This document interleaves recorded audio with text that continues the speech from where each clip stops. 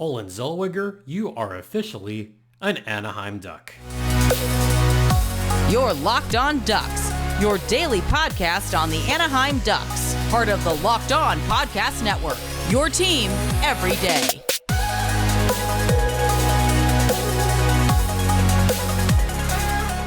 Welcome to Locked On Anaheim Ducks, part of the Locked On Podcast Network. I'm your host, Jason JD Hernandez. I've been covering hockey for over a decade.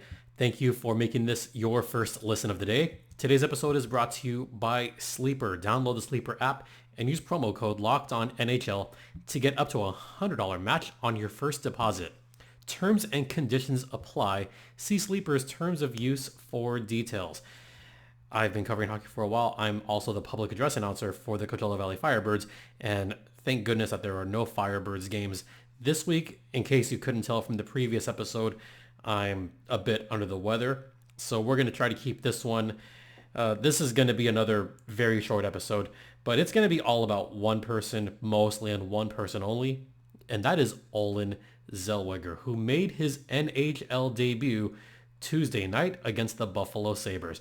And I've been clamoring for this for a long time. I've been a big fan of Olen Zellweger's since he made his American Hockey League debut at Toyota Arena a couple seasons ago in the playoffs. I still think he should have played more than the one playoff game, but that's neither here nor there. Now that he is finally an Anaheim Duck, we can actually break down his one game with the Anaheim Ducks. But before we get to that, I just want to talk about how he got here. Olen Zellweger has been playing in juniors for the past 5 seasons because keep in mind, there was that one weird year where the pandemic happened, where he was at Everett. And then there was that massive trade from Everett to Kamloops. Remember that trade where there were 10 draft picks involved? That's a lot of draft picks, folks. So, yeah, that was last season. Before he was traded, in that season so far, he had 28 points in 23 games. Pretty good. But Everett wasn't going to go far as playoffs were concerned. Then the Kamloops Blazers. He had 52 points in 32 games. He was the best defenseman by far on the team. He was the defenseman of the week, of the month, of the year. Olen Zellweger was really owning it. And then in the playoffs, he turned it up another notch, averaging more than 2 points per game. In 14 playoff games, he had 29 points. Let me repeat that. 29 points in 14 games. He's already well on his way. Now, I was a little bit surprised to see him not on the Ducks roster to start this season, but I understand that the Ducks have been bringing him up rather slowly over the past few seasons, which is fine, but I still think it's a little bit slower than I would have liked. I mean, he is still 20 years old, but he is playing above his weight class. We saw this 2 years ago in World Juniors. We saw this last year in World Juniors. We saw this last year in Juniors. He was bludgeoning everybody. He was a man among boys. That's how he played. Again, averaging over 2 points in the playoffs. That's insane. That's video game numbers. And even watching during the preseason this year, even getting an up-close look this year, I could tell that he is probably the fastest guy on the ice, one of the smoothest skaters that I've ever seen. And it was kind of weird hearing that, oh, we're comparing Olen Zellweger to Jamie Drysdale. They talked about the trade. Look, Jamie Drysdale is a fantastic skater. He's a very smooth skater.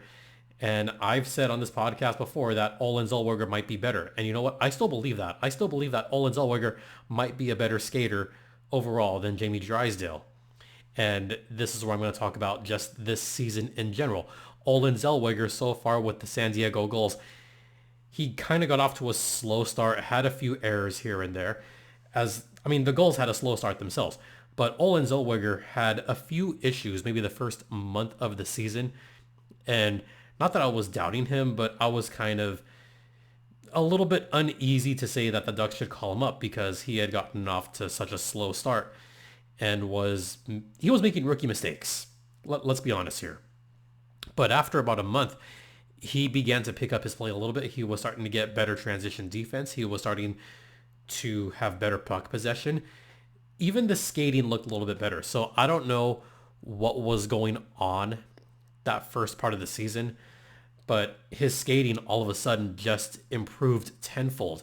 So it could be something with the coaching staff in San Diego. It could be something he worked on. But if you've been watching the San Diego goals all season, and if you've been seeing his shifts, yeah, you could tell that there's a little bit extra in his strides this season. This was very evident in a couple of games. One that I saw up close against the Coachella Valley Firebirds, and another game that he had, I believe it was against, I want to say Henderson. No, San Jose.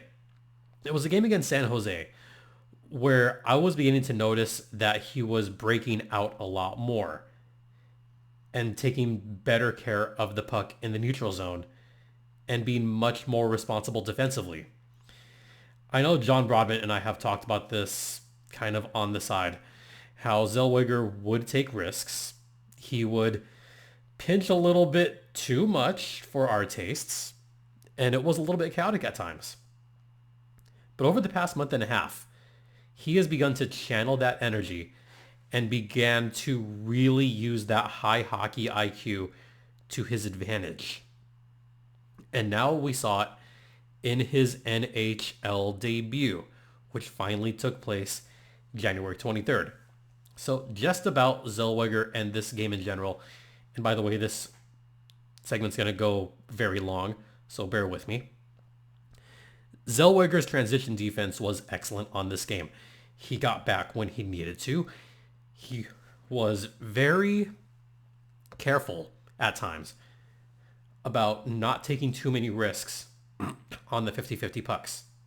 He got back on defense, which was good for the first 2.5 periods because, John Gibson was pitching a shutout at that point. And I think him being better defensively served the Ducks well in general because they can score goals. Like, they can score 1 or 2 goals.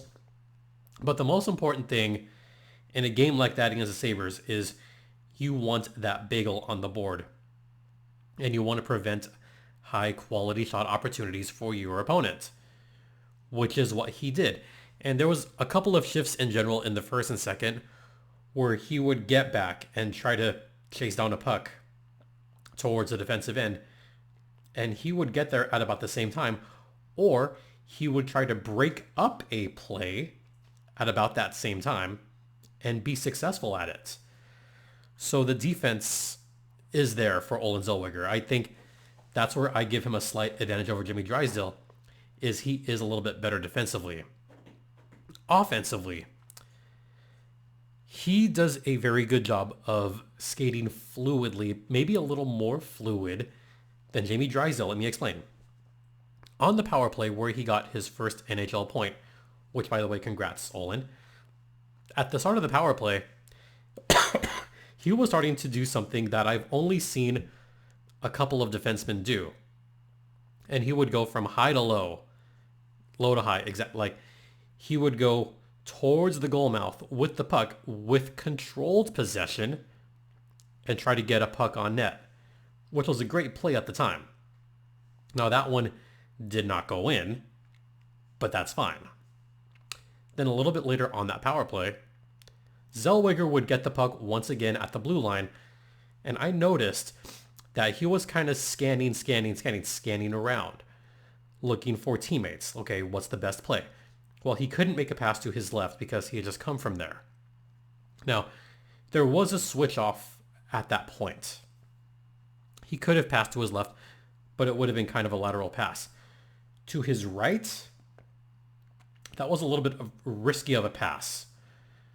So Zellweger had the patience to wait a couple more seconds to wait until there was a lane open right to the goal.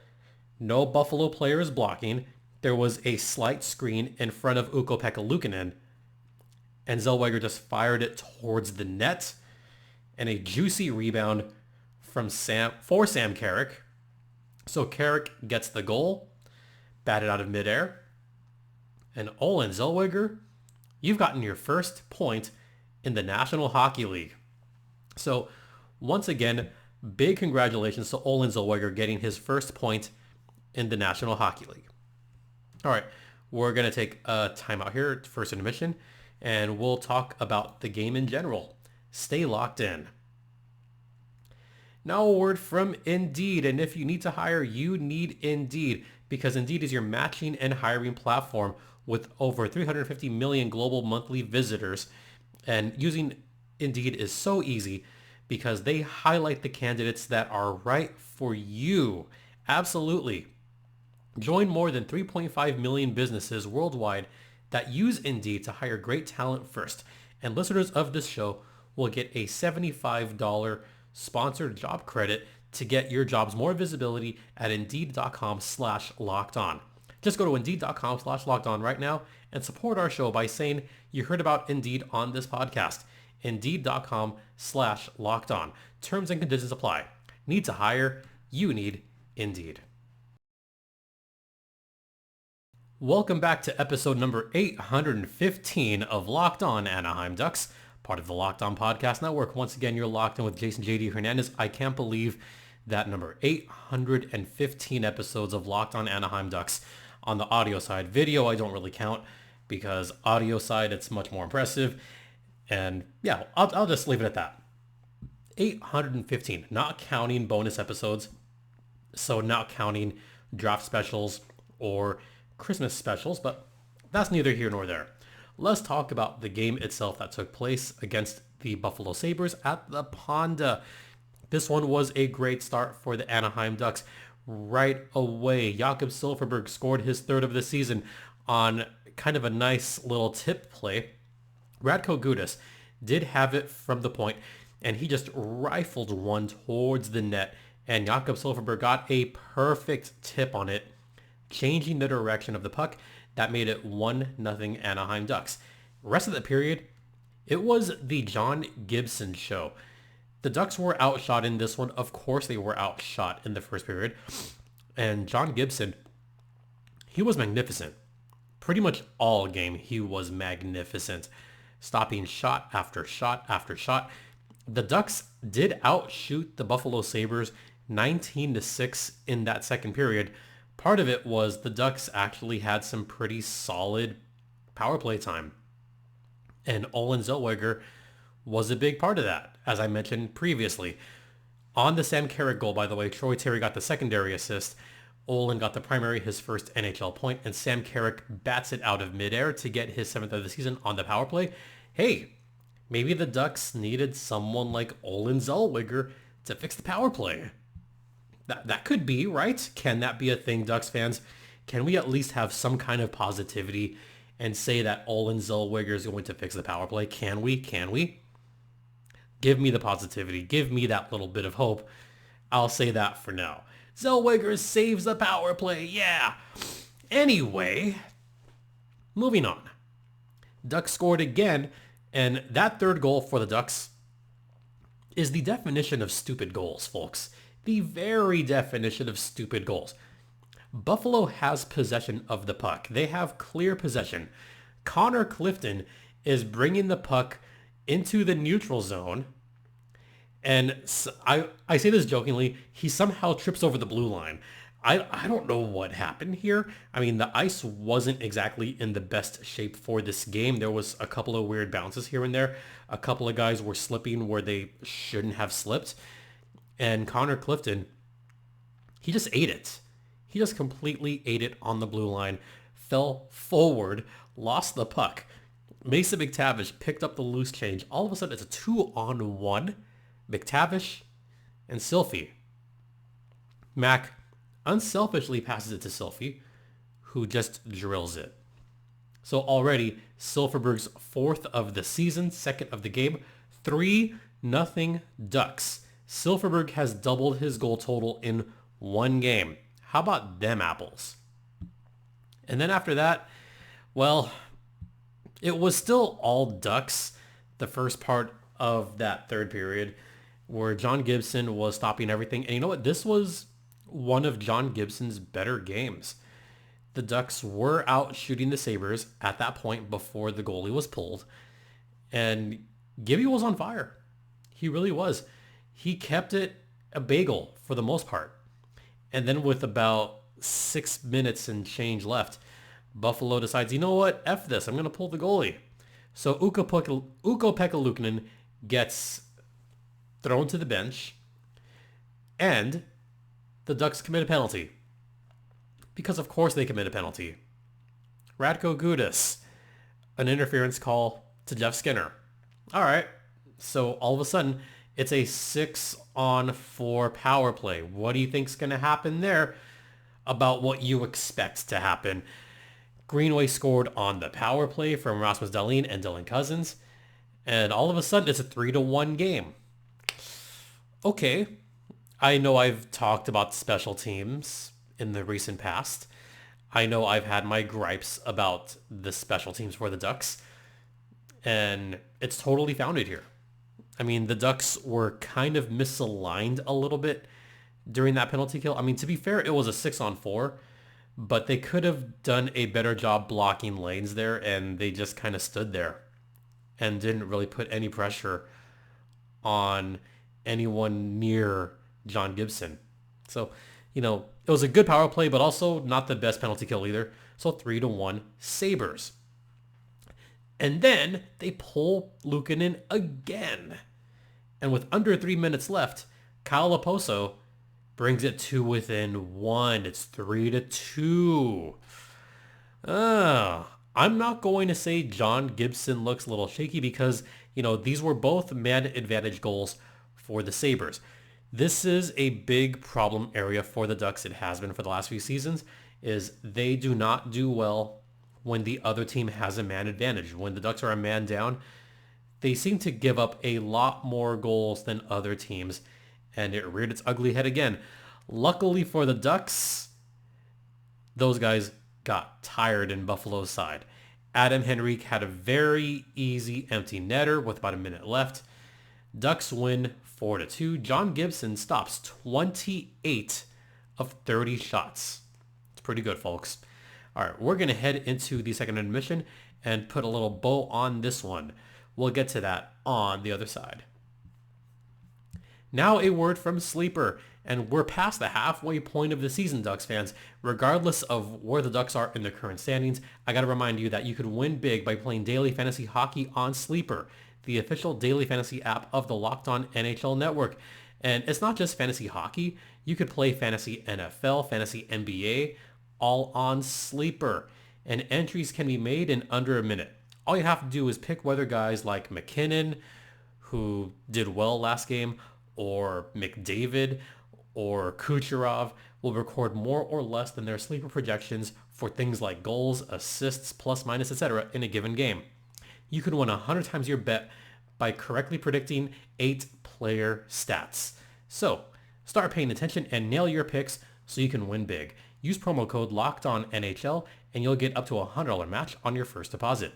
Terms and conditions apply. That's code LOCKEDONNHL. See Sleeper's terms of use for details and locational availability. Welcome back to Locked On Anaheim Ducks, part of the Locked On Podcast Network. Once again, you're locked in with JD Hernandez. We're going to wrap this one up quickly because, starting to give a little bit. So I'm going to let you know what's coming up later this week. We are going to have a doubleheader tomorrow on Thursday. It's Goals Thursday, so of course we're going to talk about the ramifications of losing Olen Zellweger from San Diego to Anaheim. We'll talk about the last few Goals games, including a great victory that the Gulls had Tuesday night. So we're definitely going to talk about that, and we'll talk about some more Ducks stuff later on Thursday. And Friday is going to wrap up the week. So this is still 5 episodes of the season, but I will tell you right now, I had pretty much no voice at all yesterday, like none. So we'll have a doubleheader this week. Hope y'all enjoy it. All right, looking ahead for the Ducks, they've got 3 games left before the All-Star break. And speaking of the All-Star break, did you notice that the Chicago Blackhawks don't have a representative? Connor Bedard got hurt and was not replaced with someone from Chicago. Does that ring a bell, Ducks fans? Remember that? Oh, that's right. We've seen that in the recent past. But anyway, next 3 games. They play the Dallas Stars Thursday afternoon. So I think that's actually going to be what's going to happen is the doubleheader will take place one before the game, one after the game. So we'll have a postcast of sorts. And then we will wrap up the week on Friday. And maybe we'll have a bonus episode on Saturday or Sunday. Who knows? But we'll see how this plays out. And then after the Ducks play at Minnesota Saturday, they will come back home Wednesday, January 31st, where they take on the San Jose Sharks in the battle for futility. That's what is coming up for this team. Then the All-Star break. I'm hopeful that they can win one of those games, but at this point, the Sharks are on a winning streak. The Ducks are not too far behind, or ahead rather, in the tank standings. And we'll talk much more about just the tank in general later on this month. So that's what's coming up. All right, I'm going to save my voice here. So again, I just want to thank you all for your support. I just want to thank you all for sticking with this. Really appreciate you guys. And hopefully the last episode that I did, I hope you guys all appreciated that one. I really got it through that one, folks. Really did. All right, that's going to do it. Don't forget, this podcast is free and available across all platforms. You can follow me on Twitter at StimpyJD. The show's Twitter's at LO_Ducks. You could email me at lockedonanaheimducks@gmail.com. And it's free and available across all platforms. Also, check us out at free on Amazon and SiriusXM. Check us out there. And once again, thank you all from the bottom of my heart for your continued support. It is so greatly appreciated. For Locked On Anaheim Ducks, I'm Jason JD Hernandez saying have a great rest of the day. Please remember to be safe out there, be kind to one another, and Ducks fly together.